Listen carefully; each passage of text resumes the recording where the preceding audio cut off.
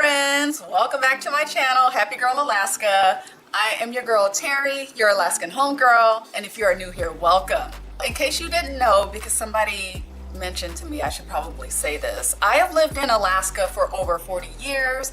I was raised in Alaska, moved here by way of the military. And it's interesting because what I find is that throughout my travels, people ask some pretty interesting questions about Alaska. So whether it's if I'm out and about outside of Alaska, and even online when folks contact me through my website. And in case you didn't know this, my website is www.happygirlalaska.com. There are some questions that at first, when I hear them, it gives me pause because I'm like, really? But what I have to remember is that there's so much mystery and there are a lot of unknowns about Alaska and people just don't know. So they ask the questions. I encourage you to continue to ask your questions. So in today's video, what I wanted to talk about are some of the pretty interesting questions that I have received about Alaska. Okay, so here's one question that I've received quite a few times, and that is a passport required in order to live in Alaska? And the answer is no. Alaska is part of the contiguous United States, so there is no U.S. passport required. If you are planning to drive up to Alaska and you're going through Canada, then yes, a passport is required to come to Alaska through Canada. But other than that, if you're just flying from wherever into Alaska, you do not have to have a passport. Okay, so another question that I've received, believe it or not, is English the primary language spoken in Alaska, or is it an Alaska native type of language? So English is the primary language spoken in Alaska. I want to say that there are about, I think I read 20 distinct Alaska native languages here in Alaska, but yeah, for the most part, we speak English here. I don't know how to speak Alaska native languages. And you may see some things that are written in English and then also in Spanish. I don't know if there are other languages that are kind of referenced other than English here in Alaska, you know, in documentation and stuff like that. So yes, English is our primary language. Okay, so another question that I get is, what sea level is Alaska at? On average, Alaska is at approximately 1,900 feet above sea level. And I read somewhere that Alaska sea level is actually sinking. I don't know how far it's gone down, but that's something that I came across. Okay, so the next question that I've received is, what form of currency do we use in Alaska?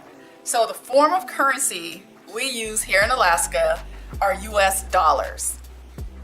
Now, when I worked at the bank, people would come in and they would use, or they would convert their Canadian money into US dollars, but you wouldn't be able to take Canadian money to the store and use that. You know, you would have to get it converted into US dollars. All right, so this was an interesting question for me because I had to look it up. I wasn't sure.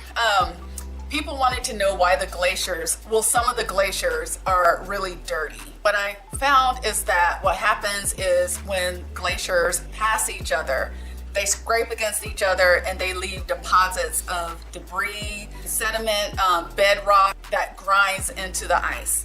So you'll see some glaciers that looks very pristine, but then you'll see others that are, they're dirty. They're really dirty, but you can still see the blue of the glacier coming through. It's still really pretty to look at. All right, so this next question here, it always makes me smile. And that question is, are there Black people in Alaska? And if you've been watching this channel, you know that yes, there are Black people in Alaska. The population of Black people in Alaska, I want to say we make up 3% of the population here. So yes, there are Black people in Alaska. I had somebody ask me if I was the only Black person in Alaska, and I think they were joking when they asked that question because, yeah. All right, so I don't get this question as much, but during the height of her popularity or I don't know, maybe the opposite of that, unpopularity. People would ask me, and this is during a time when I travel for work a lot, what is Sarah Palin like? They were like, what is she really like? And to be honest with you, I couldn't give an answer for that.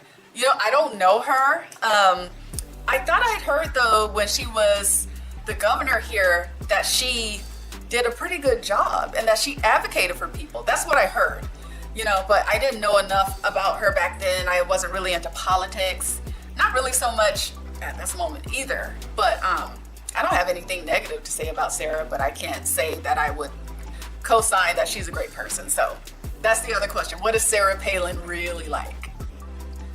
Okay, so the next question I get is, do we live in igloos in Alaska? In Anchorage, you're not going to find people living in igloos or any of our major cities. Now, when it comes to some of the rural areas, you may find people living in igloos. I doubt it though, but maybe, because I know that the Alaska Natives, preserving their culture is very important to them.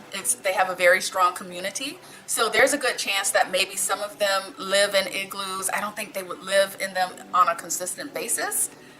Hold on, let's look at that. Let's see, hold on. Google, do some Alaskans still live in igloos?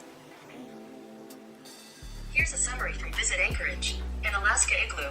The fantasy of living in an igloo is just as real for many locals. Known as Igloo City, located at mile 214.5, a remote section of the park's highway, south of Denali National Park. What the heck? She didn't answer my question. Okay, so what I found is that most Inuit live in regular old houses now. Igloos are still used for the occasional hunting trip. So that's pretty cool.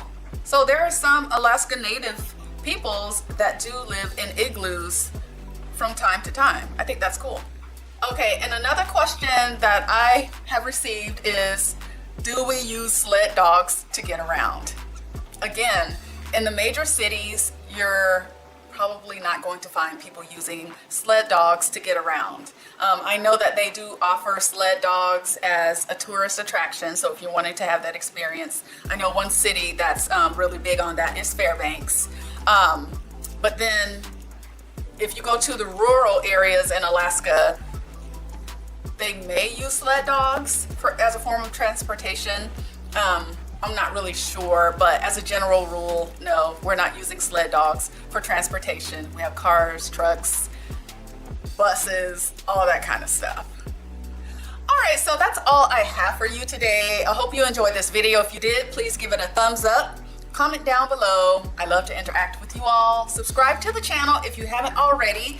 Share the channel, share a link to the channel. Let's grow this community. Last time I checked, we're at about 3,800 strong. So thank you all so much for your support, and I'll see you in the next one. Take care. Bye.